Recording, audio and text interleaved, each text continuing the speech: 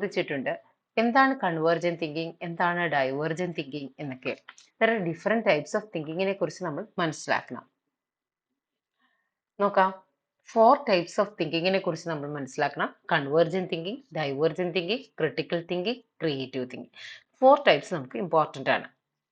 Convergent thinking involves finding a single correct answer to a problem or a question. It focuses on gathering and analyzing information, drawing logical conclusion based on evidence, and finding the best solution. Skills associated with convergent thinking include speed, accuracy, and logic.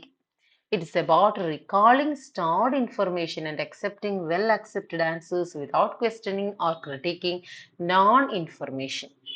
So converge ചെയ്യുക, ഒന്നിലേക്ക് ചുരുങ്ങുക. Okay, ഒരുപാട് problem ഉണ്ട്, അതായത് നമുക്ക് ഒരുപാട് problems ഉണ്ട്. ആ പ്രോബ്ലത്തിനുള്ള ഒരു സിംഗിൾ ആൻസർ ആയിട്ട് നമുക്ക് അതിനെ കണക്കാക്കാം.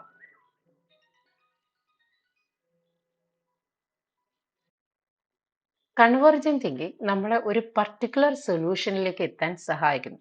ഒരു ക്വസ്റ്റ്യന് ഒരുപാട് ആൻസേഴ്സ് ഇല്ല, മറിച്ച് ഒരു പർട്ടിക്കുലർ ആൻസറിലേക്ക് മാത്രം കേന്ദ്രീകരിച്ചെത്താൻ നമ്മളെ സഹായിക്കുന്നു. It focuses on gathering and analyzing information, drawing logical conclusion based on evidence, and find the best solution. അതിനു വേണ്ടിയിട്ട് നമ്മൾ കൺവേർജന്റ് തിങ്കിങ് ചെയ്യുന്ന സമയത്ത് നമ്മൾ എന്ത് ചെയ്യുന്നു, ഒരുപാട് ഇൻഫർമേഷൻ ഗ്യാദർ ചെയ്യുന്നു, അതിൽ നിന്ന് ഒരു ലോജിക്കൽ കൺക്ലൂഷനിലേക്ക് എത്തുന്നു. ഈ ലോജിക്കൽ കൺക്ലൂഷനിലെല്ലാം എത്തുന്നത് എങ്ങനെയാണ്? എവിഡൻസിന്റെ ബേസിലാണ്. അതിൽ നിന്ന് ബെസ്റ്റ് സൊല്യൂഷനിലേക്ക്, ഒരു ബെസ്റ്റ് സൊല്യൂഷൻ, ഓക്കെ, ഒരു സൊല്യൂഷനിലേക്ക് നമ്മൾ എത്തിച്ചേരുന്നു. ബെസ്റ്റ് എന്ന് പറയുമ്പോൾ തന്നെ ഒന്നേ ഉള്ളൂ, ഇല്ലേ? Skills associated with the convergent thinking include speed, accuracy and logic. എത്രമാത്രം വേഗതയിൽ, എങ്ങനെ, എത്ര ലോജിക്കായിട്ട് ഒരു തിങ്ക് ചെയ്ത് ഒരു ആൻസറിലേക്ക് എത്താൻ സാധിക്കുന്നു. അതാണ് ഈ കൺവേർജന്റ് തിങ്കിങ്ങിന്റെ സ്കിൽസ് എന്ന് പറയുന്നത്.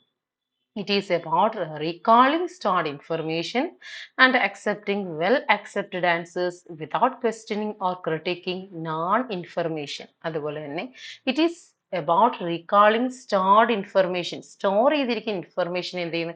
റീകോൾ ചെയ്യുന്നു. അതുപോലെ തന്നെ വെൽ അക്സെപ്റ്റഡ് ആൻസേഴ്സിനെയൊക്കെ അക്സെപ്റ്റ് ചെയ്യുന്നു. Questioning or critiquing known information. അറിയാവുന്ന കാര്യങ്ങളെ ക്രിട്ടിക്ക് ചെയ്യുന്നു. വെൽ അക്സെപ്റ്റഡ് ആൻസേഴ്സിനെ അക്സെപ്റ്റ് ചെയ്യുന്നു. അതുപോലെ തന്നെ ഓർക്കേണ്ട ചില ഇൻഫർമേഷനെ റീകോൾ ചെയ്യുന്നു. സ്റ്റോർ ചെയ്ത് വെച്ചിരിക്കുന്ന ഇൻഫർമേഷനെ റീകോൾ ചെയ്യുന്നു. ഇതിന്റെ എല്ലാം ബേസിലാണ് നമ്മൾ എന്ത് ചെയ്യുന്നത്? ബെസ്റ്റ് സൊല്യൂഷനിലേക്ക് എത്തിച്ചേരുന്നു. അന്നേരം കൺവേർജന്റ് തിങ്കിങ് എന്ന് വെച്ചാൽ ഒരു പ്രോബ്ലത്തിന് ഒരു ബെസ്റ്റ് ആൻസറേ ഉള്ളൂ എന്ന് ചിന്തിക്കുക. ഇനി ഡൈവേർജന്റ് തിങ്കിങ് എന്ന് വെച്ചാൽ എന്റെ നേരെ ഓപ്പോസിറ്റ് ആണ്. ഇവിടേക്ക് വരുമ്പോൾ മൾട്ടിപ്പിൾ പോസിബിലിറ്റീസ് ഉണ്ട്. നമ്മൾക്ക് ഒരു പർട്ടിക്കുലർ പ്രോബ്ലം ഉണ്ട്, ആ പ്രോബ്ലത്തിന് സൊല്യൂഷൻ എന്ന് പറയുന്നത് ഒരു ആൻസർ അല്ല, മൾട്ടിപ്പിൾ പോസിബിലിറ്റീസ് അതിനുണ്ട്. So various ideas to address the problem. ആ പ്രോബ്ലത്തിനെ അഡ്രസ് ചെയ്യാൻ പല പല ഐഡിയാസ് ജനറേറ്റ് ചെയ്യുന്നു. ഫോർ എക്സാമ്പിൾ, എന്തുകൊണ്ട് കുട്ടികൾ ഇവിടെ നിന്ന് വിദേശങ്ങളിലേക്ക് പലായനം ചെയ്യും? സോ അതിനുള്ള ഒരു ആൻസർ എന്ന് പറയുമ്പോൾ നമ്മുടെ ഇവിടുത്തെ സോഷ്യൽ സിറ്റുവേഷൻ ആവും, എഡ്യൂക്കേഷണൽ ഡെഫിഷ്യൻസി ആവാം, അതുപോലെ തന്നെ എംപ്ലോയ്മെന്റ് ഓപ്പർച്യൂണിറ്റീസ് ആകാം, അതുപോലെ തന്നെ ഫിനാൻഷ്യൽ സിറ്റുവേഷൻ ആകാം. ഓക്കെ, അങ്ങനെയുള്ള പല കാര്യങ്ങൾ കൊണ്ട് കുട്ടികൾ ഇവിടുന്ന് പോകുന്നുണ്ട്. So multiple opportunities, multiple possibilities തുറക്കുകയാണ്. It encourages brainstorming and thinking outside the box. So എന്താണ് ബ്രെയിൻ സ്റ്റോമിങ് ടെക്നിക്സ്? തിങ്കിങ് നമുക്ക് പുറത്ത് നിന്ന് ചിന്തിക്കാൻ, അല്ലേ, അല്ലെങ്കിൽ ഔട്ട് ഓഫ് ബോക്സ്, നമ്മൾ വെളിയിലേക്ക് ചിന്തിക്കുക. ഒരു കാര്യത്തിന് എന്താ, നമ്മുടെ ഉൾക്കാഴ്ച വിട്ട്, ഉൾക്കാഴ്ച എന്നല്ല പറയുന്നത്, ഒരു കാര്യത്തിന്റെ ഒരു ബൗണ്ടറി വിട്ട് പുറത്തേക്ക് ചിന്തിക്കാൻ നമ്മുടെ ചിന്തയെ കൊണ്ടുപോകുന്നു.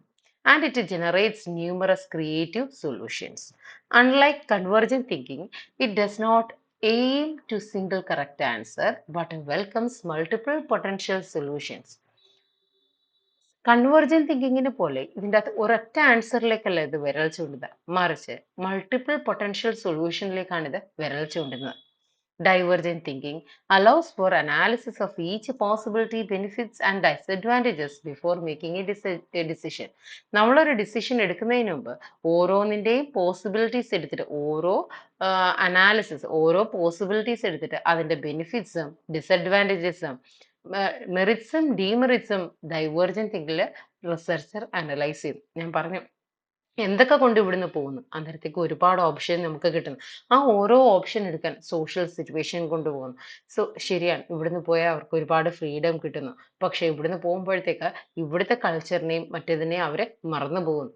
അത് അതിന്റെ അങ്ങനെ മെറിറ്റ്സും ഡീമെറിറ്റ്സും ഇങ്ങനെ പല രീതിയിൽ നമുക്ക് ചിന്തിക്കാം. Okay. Then comes to critical thinking. Critical thinking എനിക്ക് തോന്നുന്നു നിങ്ങൾക്ക് എന്തായാലും തിങ്കിങ് ചോദിക്കും. അതുകൊണ്ട് ഈ 4 തിങ്കിങ്സും നിങ്ങൾ പഠിച്ചിരിക്കുക. Convergent, divergent, critical, creative must have ആണ്. Okay, critical thinking requires analyzing information with an open mind, suspending preconceived ideas, values, and beliefs. Critical thinking എന്ന് പറയുമ്പോഴത്തേക്ക് നമുക്ക് ഇൻഫർമേഷനെ അനലൈസ് ചെയ്യാൻ സാധിക്കുന്നു. നമ്മൾ ഓപ്പൺ മൈൻഡഡ് ആയിരിക്കണം. അതുപോലെ തന്നെ നമുക്ക് കുറച്ച് പ്രികൺസീവ്ഡ് ഐഡിയാസ്, വാല്യൂസ്, ബിലീഫ്സ് ഇങ്ങനെയുള്ള കാര്യങ്ങളെ നമ്മൾ എന്ത് ചെയ്യണം? ഒന്ന് സസ്പെൻഡ് ചെയ്ത് വെക്കണം. ഒരു കാര്യത്തിന് എന്ന് വെച്ചാൽ നമുക്ക് ഓൾറെഡി നമ്മുടെ തലയിൽ എന്തിനെങ്കിലും കുറിച്ച് മുൻധാരണകളുണ്ടെങ്കിൽ എന്തിനെങ്കിലും തരത്തിലുള്ള വിശ്വാസങ്ങളുണ്ടെങ്കിൽ അതിനെയൊക്കെ ഒന്ന് മാറ്റി വെച്ചിട്ട് ഓപ്പൺ മൈൻഡഡ് ആയിട്ടായിരിക്കണം നമ്മൾ ക്രിട്ടിക്കൽ തിങ്കിങ് ചെയ്യാൻ. ഓക്കെ. It involves carefully. അല്ലെങ്കിൽ എന്താ പറ്റും? നമുക്ക് പേഴ്സണൽ ബയസ് ഉണ്ടാകും. വ്യക്തിപരമായിട്ട് ഉള്ള ചിന്തകളിലേക്കും പ്രവൃത്തികളിലേക്കും വാക്കുകളിലേക്കും അത് വിരൽ ചൂണ്ടും. It involves carefully evaluating evidence and arguments to form judgment or conclusion. അല്ലേ? So, create evaluating evidence and arguments. അല്ലേ? കൃത്യമായി തയ്യാറാക്കപ്പെട്ടിട്ടുള്ള എവിഡൻസിലേക്കും ആർഗ്യുമെന്റ്സിലേക്കും വിരൽ ചൂണ്ടുകയും അവിടെ നിന്ന് പോസിബിൾ കൺക്ലൂഷനിലേക്ക് നീങ്ങുകയും ചെയ്യും. Critical thinkers approach questions or problems through a problem of analysis, questioning and logical reasoning. Critical thinkers എന്ന് പറയുന്നത് അവരെങ്ങനെയാണ് ചെയ്യുന്നത്? പ്രോബ്ലംസ് ക്വസ്റ്റ്യൻസ് ചെയ്യുന്നു. പ്രോബ്ലം മീൻസ് അവർ ക്വസ്റ്റ്യൻ ചോദിക്കുന്നു, അല്ലെങ്കിൽ ഒരു പ്രോബ്ലത്തിനെ കണ്ടെത്തുന്നു, അതിനെ അനലൈസ് ചെയ്യുന്നു, അതുപോലെ തന്നെ ഒരു ലോജിക്കൽ റീസണിങ്ങിലേക്ക് എത്തിച്ചേരും. It is about seeking a well-informed judgment based on evidence present. അതുപോലെ തന്നെ വെൽ ഇൻഫോംഡ് ജഡ്ജ്മെന്റ് ആയിരിക്കും ഒരു നടത്തുന്നത്. ഇത്രയും കാര്യങ്ങളെ എവിഡൻസിന്റെ ബേസിൽ അനലൈസ് ചെയ്ത് അതുപോലെ തന്നെ സ്വയം ഒരുപാട് ക്വസ്റ്റ്യൻസ് ചോദിച്ച് മറ്റൊന്നിനോടും ഒരു തരത്തിലുള്ള ബയസ് ഇല്ലാതെ ചായ്വില്ലാതെ വെൽ ഇൻഫോംഡ് ജഡ്ജ്മെന്റ് അവരെ എടുക്കുന്നു. എന്തിന്റെ ബേസിലാണ് എടുക്കുന്നത്? എവിഡൻസിന്റെ ബേസിൽ അവരെ എടുക്കുന്നത്. ഇതിനെ നമുക്ക് ക്രിട്ടിക്കൽ തിങ്കിങ് എന്ന് പറയാം. ക്രിട്ടിക്കൽ തിങ്കിങ് എന്ന് പറയുമ്പോൾ ഓപ്പൺ മൈൻഡഡ് ആയിരിക്കണം. നമുക്ക് ഒരു തരത്തിലുള്ള ഐഡിയാസ്, ബയസ്, ബിലീഫ്സ് ഇങ്ങനെയുള്ള കാര്യങ്ങളൊന്നും ഉണ്ടാകാൻ പാടില്ല. നമ്മൾ എപ്പോഴും ഒരു വസ്തുവിനെ ഇവാലുവേറ്റ് ചെയ്യുന്നത് എവിഡൻസിന്റെയും ആർഗ്യുമെന്റ്സിന്റെയും ബേസിലായിരിക്കണം. നമ്മൾ എന്ത് ചെയ്യുന്നു? ക്വസ്റ്റ്യൻ ചോദിക്കുന്നു, അല്ലെങ്കിൽ ഒരു പ്രോബ്ലത്തിനെ അനലൈസ് ചെയ്യുന്നു on the basis of logical reasoning. At the end we produce some kind of well informed judgement on the basis of the particular evidence. Then comes to creative thinking. Creative thinking involves thinking unconventionally and generating novel ideas or outputs. Unconventional ആയിട്ട് think ചെയ്യുന്നതാണ് creative thinking. ഇവിടേക്ക് വരുമ്പോഴത്തേക്ക് എന്താ? Novel ideas. Novel means original ഐഡിയാസിനെ നമ്മൾ create ചെയ്യുന്നു. Okay, it encourages looking beyond traditional boundaries and considering innovative solution. സാധാരണ ചെയ്തുകൊണ്ടിരിക്കുന്നതിൽ നിന്ന് വിഭിന്നമായിട്ട് നമ്മൾ പുതിയ തലങ്ങളിലേക്ക് പോകുന്നു. പുതിയ ആരും കണ്ടെത്താത്ത തലങ്ങളിലേക്ക് പോയിട്ട് അവിടെ നിന്ന് ചിന്തിക്കുകയും അതിനെ കണ്ടെത്തുകയും ചെയ്യുന്നു. Creative thinkers are open to exploring new possibilities and approaches. പുതിയ തരത്തിലുള്ള ചിന്തകൾ, പുതിയ തരത്തിലുള്ള അപ്രോച്ചുകൾ, പുതിയ തരത്തിലുള്ള കണ്ടുപിടുത്തങ്ങൾ ഈ ഒരു മേഖലകളിലേക്കാണ് ക്രിയേറ്റീവ് തിങ്കേഴ്സ് നടത്തുന്നത്. It fosters imagination and originality in problem solving. Imagination വരുന്ന മേഖല ഇതാണ്. പ്രോബ്ലം സോൾവിങ് മേഖലകളൊക്കെ തന്നെ ക്രിയേറ്റീവ് തിങ്കിങ് മേഖലകളാണ്. അന്നേരം ക്രിയേറ്റീവ് തിങ്കിങ് എന്ന് വെച്ചാൽ എന്താണ്? നമുക്കറിയാം. ഒരു പുതിയൊരു നോവൽ അല്ലെങ്കിൽ പുതിയൊരു പോയം എല്ലാം എന്താണ്? ക്രിയേറ്റീവ് തിങ്കിങ് ആണ്. അതിനോടൊപ്പം തന്നെ നമ്മുടെ എന്താണ് എന്തെങ്കിലും തരത്തിലുള്ള കണ്ടുപിടുത്തങ്ങൾ നടത്തുക. ഓക്കെ, കണ്ടുപിടുത്തങ്ങൾ നടത്തുന്നതും എന്താണ്? ക്രിയേറ്റീവ് തിങ്കിങ് എന്ന് നമുക്ക് പറയാം. Then comes to importance in research. ഈ തരത്തിലുള്ള തിങ്കിങ്സുകളെല്ലാം തന്നെ എങ്ങനെ റിസർച്ചിൽ പ്രയോജനപ്പെടുന്നു? All four types of thinking are essential in research as they contribute to a comprehensive and effective research process. Convergent thinking helps researchers to gather and analyze data and arrive at a logical conclusion. ഇനി ഇതിനെല്ലാം ഞാനൊന്ന് ചുരുക്കി പറയുകയാണ്. ഇത് നമുക്ക് essay ആയിട്ട് വേണമെങ്കിലും ചോദിക്കാം. Write about 4 types of thinking. Write an essay on thinking എന്ന് വെച്ച് കഴിഞ്ഞാൽ ഈ 4 തിങ്കിങ് സ്ട്രാറ്റജീസ് എഴുതുക, അതിൻ്റെ ഇമ്പോർട്ടൻസും എഴുതുക. ഇത് കൺക്ലൂഷനിൽ നമുക്ക് എഴുതാൻ പറ്റുന്നതാണ്. All four types of thinking are essential in research. It helps to develop, contribute a comprehensive and effective research process. Convergent thinking helps the researchers gather and analyze data and arrive at logical conclusion. Logical conclusionലേക്ക് എത്തിക്കാൻ നമുക്ക് സഹായിക്കുന്നു, നമ്മളെ സഹായിക്കുന്നു.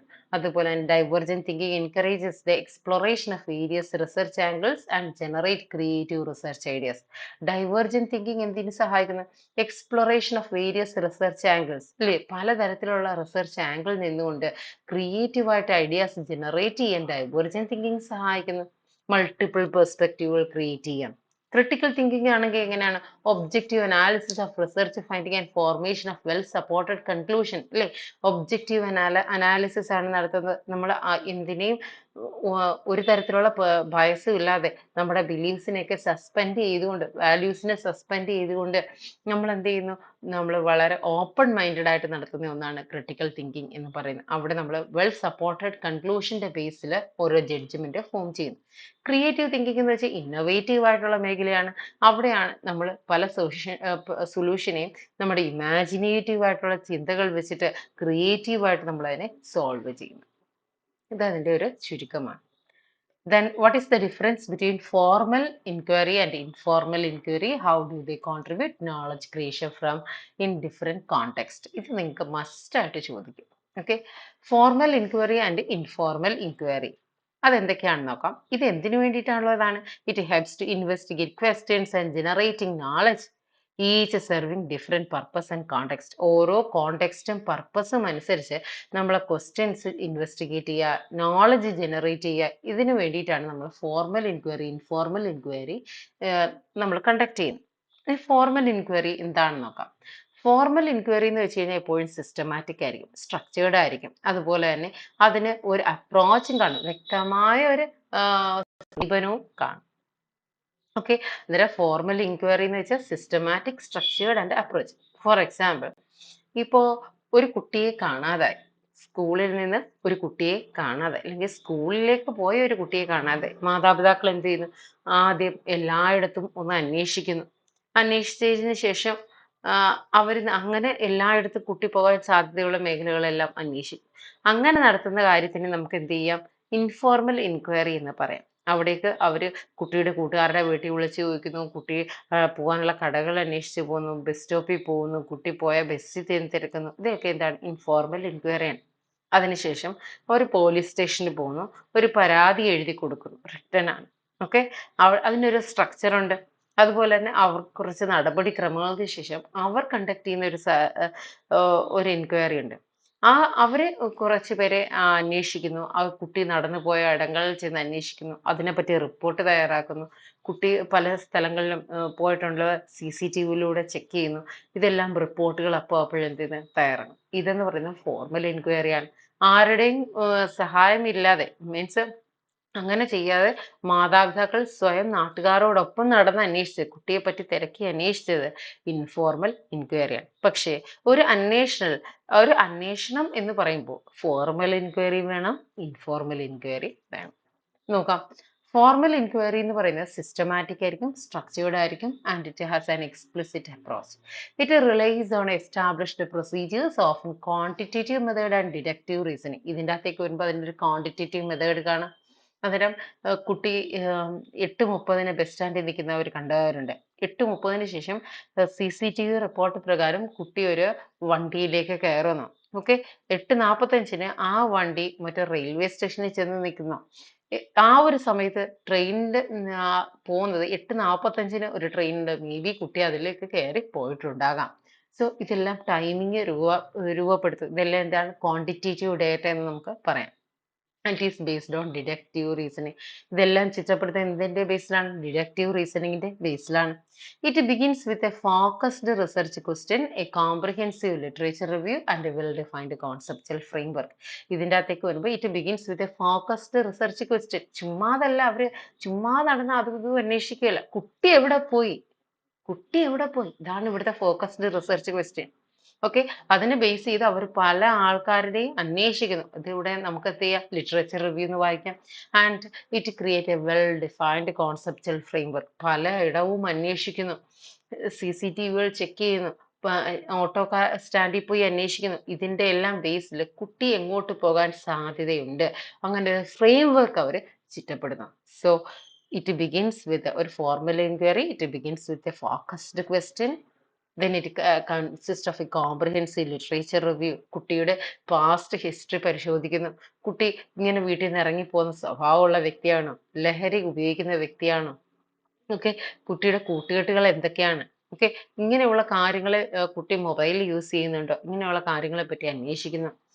അതിനെപ്പറ്റി അങ്ങനെ പറഞ്ഞു കഴിഞ്ഞാൽ നമുക്കിനി റിസർച്ചുമായിട്ട് കണക്ട് ചെയ്ത് കഴിഞ്ഞാൽ ഒരു വ്യക്തി അവൻ ഒരു കാര്യത്തിനെ പറ്റി ഒരു ക്വസ്റ്റ്യൻ ഫോം ചെയ്തു.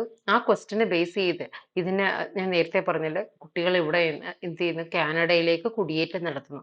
അന്നേരം അതിനെപ്പറ്റി എന്തുകൊണ്ട് അവർ ഇവിടെ നിന്ന് പോകുന്നു? അതാണ് എൻ്റെ ക്വസ്റ്റ്യൻ. അത് ഇവിടുന്ന് പോകാനുള്ള സാഹചര്യം ഇവിടുത്തെ അൺഎംപ്ലോയബിലിറ്റി ആണോ? അതോ ഇവിടുത്തെ ഉള്ള സോഷ്യൽ സിറ്റുവേഷൻ ആണോ? സോ ഇതിനെ ബേസ് ചെയ്ത് ഇതുവരെ എഴുതിയിട്ടുള്ള പത്രലേഖനങ്ങൾ, ആർട്ടിക്കിൾസ്, ബുക്കുകള്, വീഡിയോസ് ഇതെല്ലാം ഞാൻ അനലൈസ് ചെയ്യുന്നു. അതങ്ങനെ അനലൈസ് ചെയ്യുന്നതിന് നമുക്ക് ലിറ്ററേച്ചർ റിവ്യൂ എന്ന് പറയാം. And consist of defined conceptual framework. ഇതിന്റെ എല്ലാം കൂടെ ബേസ് ചെയ്ത് ഞാൻ എന്ത് ചെയ്യുന്നു? ഒരു ഫ്രെയിംവർക്ക് തയ്യാറാക്കുന്നു. Data collection involves surveys, experiments or content analysis based on structured protocol. എന്നിട്ട് ഞാൻ എന്ത് ചെയ്യുന്നു? കുട്ടികൾക്കിടയിൽ ഒരു ഡേറ്റ കളക്ഷൻ നടത്തുകയാണ്. നിങ്ങൾക്ക് ഇവിടെ നിന്ന് പോകാൻ താല്പര്യമുണ്ടോ? നിങ്ങൾ എന്തുകൊണ്ട് പോകുന്നു? നിങ്ങൾ എന്തിനു വേണ്ടിയിട്ടാണ് പോകുന്നത്? ഇങ്ങനെയൊക്കെയുള്ള ഒരു സർവേ അല്ലെങ്കിൽ ഒരു എക്സ്പെരിമെന്റ്, കണ്ടന്റ് അനാലിസിസ് ഇതെല്ലാം ഞാൻ എന്ത് ചെയ്യുന്നു? നടത്തുന്നു. Then analysis employs a rigorous quantitative method to test hypothesis and measure outcomes. ചുമ്മാ അങ്ങ് അനാലിസിസ് ചെയ്താൽ പോരാ. ഞാൻ എടുത്തിട്ടുള്ള ഡേറ്റ ഉപയോഗിച്ച് ഞാൻ എൻ്റെ ഹൈപ്പോത്തിസിസ് മീൻസ് എനിക്കൊരു ഊഹമുണ്ട്, ഒരു നിഗമനമുണ്ട്. ഓക്കെ. ആ നിഗമനം ശരിയാണോ തെറ്റാണോ എന്ന് നോക്കുന്നു. ഫോർ എക്സാമ്പിൾ ഞാൻ എൻ്റെ പഠനം തുടങ്ങിയ സമയത്ത് നമ്മൾ സ്വീകരിക്കുന്ന നിലപാടെന്ന് വെച്ച് കഴിഞ്ഞാൽ ഇവിടുത്തെ സോഷ്യൽ സിറ്റുവേഷൻ കൊണ്ടാണ്, അല്ലെങ്കിൽ ഇവിടുത്തെ അൺഎംപ്ലോയബിലിറ്റി കൊണ്ടാണ് കുട്ടികൾ ഇവിടെ നിന്ന് പോകുന്നത്. പക്ഷെ പഠനത്തിന്റെ അവസാനം ഞാൻ കണ്ടെത്തുന്നതെന്ന് വെച്ച് കഴിഞ്ഞാൽ ഇവിടെ ഇപ്പൊ ഓൾറെഡി കണ്ടക്ട് ചെയ്യുന്ന കോഴ്സുകളെല്ലാം തന്നെ അതിൻ്റെ അകത്ത് ഓൾറെഡി എക്സീഡ് ആയിട്ട് ആൾക്കാർ പഠിച്ചു കഴിഞ്ഞു, എക്സസ് ആയിട്ട് കിടക്കുകയാണ്. അന്നേരം പുതിയ കോഴ്സുകൾ ജനറേറ്റ് ചെയ്യാത്തതും പുതിയ തരത്തിലുള്ള ജോലി സാധ്യത ഇല്ലാത്തത് കൊണ്ടുമാണ് കുട്ടികൾ ഇവിടെ നിന്ന് പോകുന്നത്. അതാണ് പ്രധാന കാരണമായിട്ട് അവർ പറയുന്നത്. സോ ഹൈപ്പോത്തിസിസിൽ പിന്നീട് ഞാൻ മാറ്റം വരുത്തേണ്ടിയിരിക്കുന്നു. Then conclusions are carefully delimited based on the evidence and aim for generalizability. അവസാനം ഞാൻ എന്ത് ചെയ്യുന്നു? എൻ്റെ കൺക്ലൂഷൻ കെയർഫുള്ളി എന്ത് ചെയ്യുന്നു? ഞാൻ എഴുതി വെക്കുന്നു. Findings are typically published in peer-reviewed journals, articles and can be replicated across the context. അതിനുശേഷം എൻ്റെ കണ്ടുപിടുത്തങ്ങൾ ഞാൻ എന്ത് ചെയ്യുന്നു? പിയർ റിവ്യൂഡ് ജേർണലുകളിൽ ഞാൻ പബ്ലിഷ് ചെയ്യുന്നു. പിയർ റിവ്യൂഡ് ജേർണലുകൾ പബ്ലിഷ് ചെയ്യുന്നു. അങ്ങനെ ആകുമ്പോഴത്തേക്ക് എൻ്റെ കണ്ടുപിടുത്തം എന്താണോ അത് മറ്റുള്ളവർക്ക് ഉപയോഗപ്പെടുത്താനും അറിയാനും സാധിക്കുന്നു. Informal inquiry. Informal inquiry is more spontaneous, loosely structured and inductive in its approach. It involves exploring issues through reflection and experiential learning. Informal inquiry എന്ന് പറയുന്നത് കൂടുതലും സ്പോണ്ടേനിയസ് ആണ്, ലൂസ്ലി സ്ട്രക്ചേർഡ് ആണ്, അതുപോലെ തന്നെ ഇൻഡക്റ്റീവ് ആണ്. It involves exploring the issues through reflection and experiential learning. Experiential learningലൂടെ, റിഫ്ലക്ഷനിലൂടെ നമ്മളുടെ സ്വയം നമ്മൾ ചില കാര്യങ്ങളെ മനസ്സിലാക്കുകയും അതിനെ എന്ത് ചെയ്യുന്നു? പ്രതിഫലിപ്പിക്കുകയും ചെയ്യുന്നുണ്ട്. മനസ്സിലാക്കിയ കാര്യങ്ങളെ പ്രതിഫലിപ്പിക്കുന്നുണ്ട്. എങ്ങനെ പ്രതിഫലിക്കുന്നു? നമ്മൾ മനസ്സിലാക്കിയിട്ടുള്ള അല്ലെങ്കിൽ നമ്മുടെ മോറൽ വാല്യൂസ്, നമ്മുടെ എത്തിക്കൽ വാല്യൂസിനെ ബേസ് ചെയ്ത് എന്തെങ്കിലും ഒരു ഇഷ്യൂസിനോട് നമ്മൾ നടത്തുന്ന സമീപനം. സോ ഇതെല്ലാം ഇൻഫോർമൽ ഇൻക്വയറിയിലേക്ക് വരാം. Data collection is often based on unstructured observation. ഇവിടേക്ക് വരുമ്പോൾ ഡേറ്റ കളക്ഷൻ എന്ന് പറയുന്നത് അൺസ്ട്രക്ചേർഡ് ആയിരിക്കും. Participation, conversation, introspection. ഒരാൾ ചുമ്മാ നമ്മൾ അല്ലാതെ ഫോർമൽ ഇൻക്വയറിയിലാണെങ്കിൽ ഒരാളോട് നമ്മൾ ഇന്റർവ്യൂ നടക്കുന്ന സമയത്ത് അതിൻ്റെ അകത്തുള്ള ക്വസ്റ്റ്യൻസ് സ്ട്രക്ചേർഡ് ആയിരിക്കണം. അല്ലെങ്കിൽ അവരുമായിട്ടുള്ള കോൺവെർസേഷൻസ് റെക്കോർഡ് ചെയ്യപ്പെടണം. അല്ലെങ്കിൽ അവരുമായിട്ടുള്ള ടെലിഫോൺ കോൺവെർസേഷൻസ്, ലെറ്റേഴ്സ് ഇതെല്ലാം തന്നെ റെക്കോർഡിക്കലി എഴുതണം. പക്ഷേ ഇവിടേക്ക് വരുമ്പോൾ ഇൻഫോർമൽ ഇൻക്വയറി വരുമ്പോൾ അങ്ങനെയല്ല. എന്നോട് എൻ്റെ സുഹൃത്ത് പണ്ടൊരിക്കൽ പറഞ്ഞു ഇങ്ങനെ എന്നുള്ള രീതിയിൽ നമുക്ക് എന്ത് ചെയ്യാം? കോട്ട് ചെയ്യാം. പക്ഷെ അവൻ എപ്പോൾ പറഞ്ഞു, എങ്ങനെ പറഞ്ഞു, അതിനുള്ള തെളിവ്, അങ്ങനെയുള്ള കാര്യങ്ങളൊന്നും വെക്കണമെന്ന് നിർബന്ധമില്ല. പക്ഷെ ഫോർമൽ ഇൻക്വയറിയിലാണെങ്കിൽ ഇതെല്ലാം നമ്മൾ ഇന്ന ടൈമിൽ ഇന്ന പ്ലേസിൽ വെച്ച് എന്നോട് ഇങ്ങനെ പറഞ്ഞു. അതിന് വ്യക്തമായ തെളിവ് മേ ബി റെക്കോർഡിക്കലി നമ്മൾ വെക്കണം. Then inquiry follows an inductive path of gradual sense making to surface themes and patterns. Finding remain tied to personal narratives rather than pursuing broad generalizations. So, inquiry following an inductive path of gradual sense. ഇൻക്വയറി എന്തിലേക്ക് നയിക്കുന്നു? ഒരു sense മേക്കിങ്ങിലേക്ക് നയിക്കുന്നു. അവിടെ നിന്ന് surface തീംസിനേക്കാൾ ഉപരിയായിട്ട് കുറച്ച് beyond truth അതിന്റെ ഇൻഡെപ്ത് അണ്ടർസ്റ്റാൻഡിങ്ങിലേക്ക് നയിക്കാൻ നമ്മളെ സഹായിക്കുന്നു. നമ്മൾ കൂടുതൽ ജിജ്ഞാസാപൂരിതരാകുമ്പോൾ അതിന്റെ സർഫസ് മീനിങ്ങിൽ നിന്ന് ഇൻഡെപ്ത് അണ്ടർസ്റ്റാൻഡിങ്ങിലേക്ക് പോകാനും മനസ്സിലാക്കാനും സഹായിക്കുന്നു. Then the finding remain tied to personal narratives rather than pursuing broad generalization. Process often involves free writing, journaling, and arts-based methods to elucidate the researcher's internal knowledge. അതുപോലെ തന്നെ ഒരു വ്യക്തിയുടെ ഉള്ളിലുള്ള ഇന്റേണൽ നോളജിനെ മനസ്സിലാക്കുന്ന തരത്തിൽ art based methods, journalling, free writing ഇങ്ങനെയുള്ള പ്രോസസ്സിൽ കൂടെ നമുക്ക് എന്ത് നടത്താം?